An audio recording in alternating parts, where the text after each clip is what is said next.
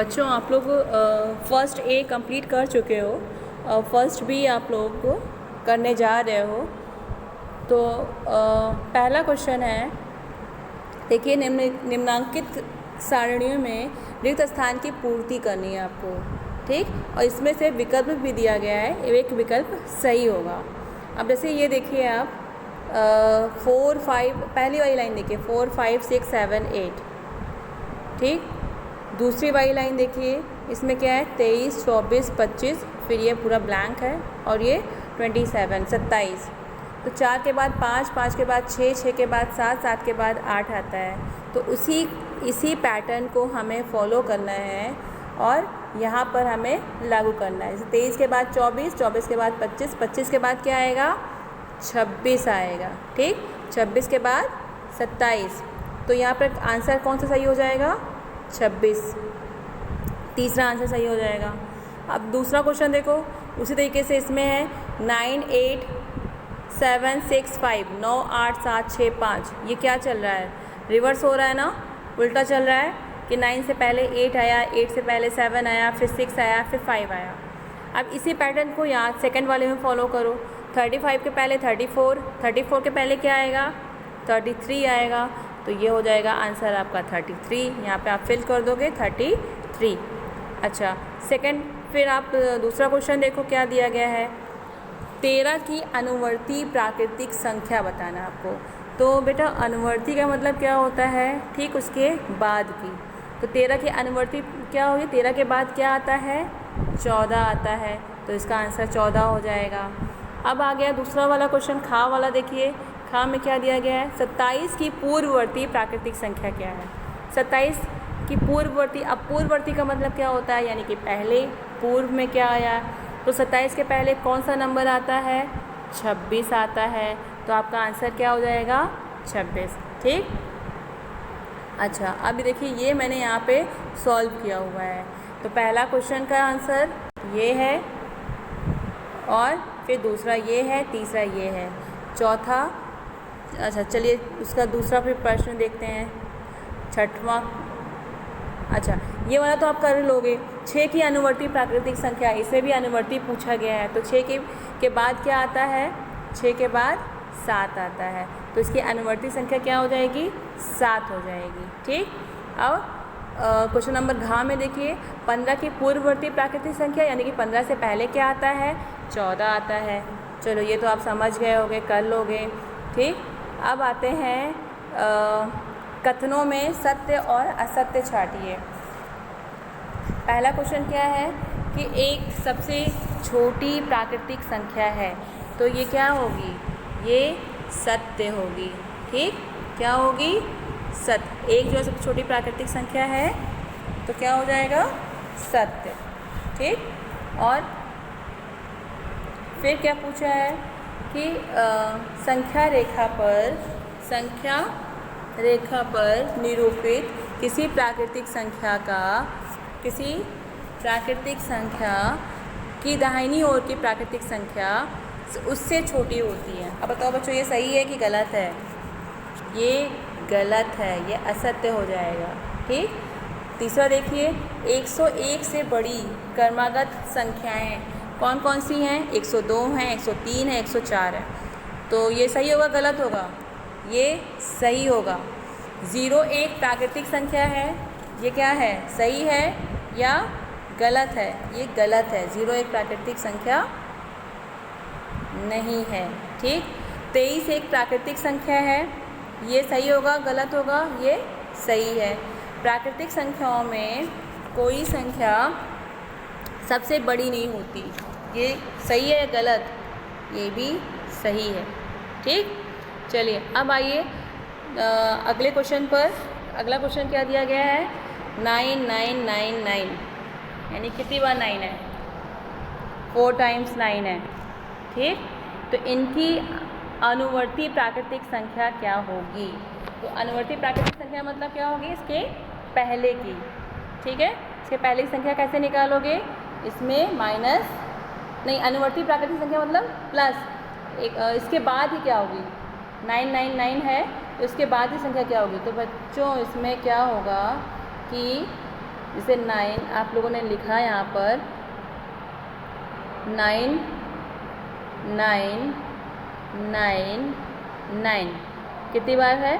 4 बार है। ठीक है, इसी में आप एक जोड़ दो। ठीक है, तो 9 1 10, 9 1 10, 9 1 10, 9 1 10। तो आंसर क्या हो जाएगा? इकाई, दहाई, सैकड़ा, हज़ार, 10,000। कितना हुआ? 10,000 हो गया। ठीक, तो इसका आंसर क्या हो जाएगा? 10,000। चलो आगे देखो कि अब बोला जा रहा है कि 1 0 0 0 0 1 की पूर्ववर्ती प्राकृतिक संख्या। अब इसके पहले की संख्या निकालनी है, तो इसमें क्या करेंगे? -1 कर देंगे। तो लिखो 1 0 0, कितने टाइम्स 0 हैं? 4, 0 0 और फिर 1 है, इसमें -1 कर दीजिए। तो 1 - 1 0, 0 एज इट इज़ उतार देंगे, फिर 0, फिर 0 और ये क्या हो जाएगा? 10 में ये क्या हो जाएगा? हाँ, 0 हुआ, फिर 0, फिर 0, फिर 0, फिर 0 और ये हो गया 1। तो आंसर क्या आ जाएगा? इकाई, दहाई, सैकड़ा, हज़ार, 10,000, लाख। तो 1 लाख हो जाएगा। ठीक, तो ये हो जाएगा आपका आंसर। आगे देखिए, संख्या रेखा खींचिए कि उस पर 9 तक की प्राकृतिक संख्या दिखे। तो संख्या रेखा खींचना है भाई। संख्या रेखा कैसे खींचते हैं? एक लाइन ऐसे खींच लो। ठीक, ऐसे हमने लाइन खींच लिया। अब उस पर क्या करेंगे? 9 तक की रेखा ले जाएंगे। ठीक है, 9 तक की रेखा ले जाएंगे। ये वाला कलर चूज़ करते हैं। चलो 0 1 2 3 4 5 6 7 8 9 लिख दो यहाँ पर। 0 1 2 3 4 5 6 7 8 9। तो ये हो जाएगी आपकी संख्या रेखा और उस पर आपने क्या व्यक्त किया है? क्या व्यक्त किया है? संख्याओं को व्यक्त किया है। ठीक, चलो अब आगे देखो। 4 अंकों की छोटी से छोटी प्राकृतिक संख्या लिखिए। तो 4 अंकों की सबसे छोटी प्राकृतिक संख्या क्या होती है बच्चों? 1 0 0 0। कितनी संख्या हुई? 1 2 3 4। तो 4 अंकों की सबसे छोटी संख्या हो जाएगी। ठीक, अब 6 अंकों की सबसे बड़ी प्राकृतिक संख्या लिखनी है। अच्छा, इसमें एक और भी है कि 4 अंकों की सबसे छोटी प्राकृतिक संख्या लिखिए, उसके बाद उसकी पूर्ववर्ती प्राकृतिक संख्या बताइए। अब पूर्ववर्ती मैंने आपको पहले बताया था कि -1 कर देंगे। ठीक, तो 4 अंकों की सबसे छोटी संख्या क्या हो गई? 1 0 0 0। इसमें -1 कर दीजिए तो क्या आ जाएगा? 999 999। तो ये हो जाएगी उस सबसे छोटी नहीं, उसकी पूर्ववर्ती प्राकृतिक संख्या। चलिए आगे देखिए, फिर क्या पूछा? 6 अंकों की सबसे बड़ी प्राकृतिक संख्या लिखिए। तो 6 अंकों की सबसे बड़ी प्राकृतिक संख्या कौन सी होगी भाई? सबसे बड़ा नंबर 9 होता है। तो 9 को 6 बार लिख लीजिए। 2 3 4 5 6। ठीक, तो ये हो गई 9 की सबसे बड़ी संख्या। 6 अंकों की सबसे बड़ी संख्या। अब क्या पूछ रहा है? 6 अंकों की सबसे छोटी संख्या। तो 6 अंकों की सबसे छोटी संख्या कौन सी हो जाएगी?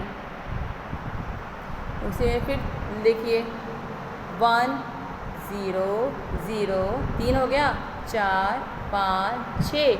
ये हो जाएगा 6 अंकों की सबसे छोटी संख्या।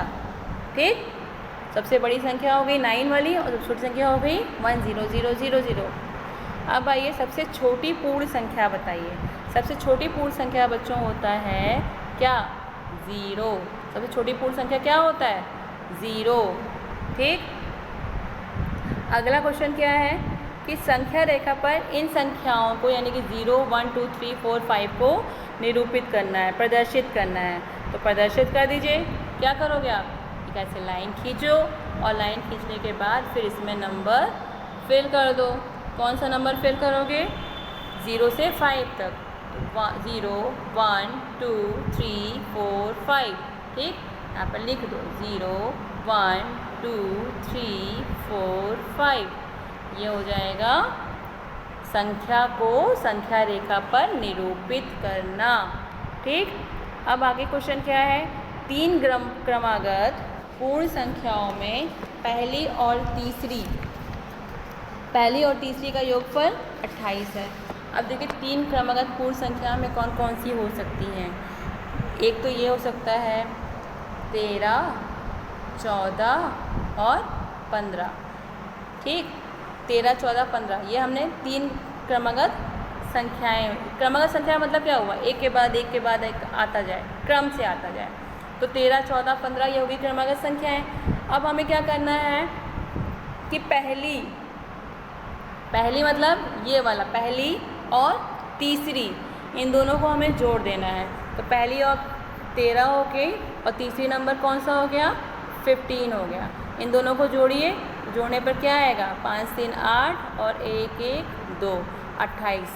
तो यही तो क्वेश्चन पूछा जा रहा है कि 3 क्रमागत पूर्ण संख्याओं में पहली और तीसरी संख्याओं को जोड़ने पर योगफल कितना आना चाहिए, 28 आना चाहिए। ठीक, तो बच्चों ये आज आपका चैप्टर 1B कंप्लीट हो गया। 1A पहले कंप्लीट हो गया था, 1B भी कंप्लीट हो गया। आपका फर्स्ट चैप्टर कंप्लीट हो चुका है। ठीक, अब सेकंड चैप्टर स्टार्ट करेंगे, लेकिन सेकंड चैप्टर स्टार्ट करने से पहले आप मुझे अपनी कॉपी दिखाओगे। ठीक, करके दिखाइएगा सब लोग, उसके बाद सेकंड चैप्टर स्टार्ट करेंगे। चलो ओके बच्चों, थैंक यू।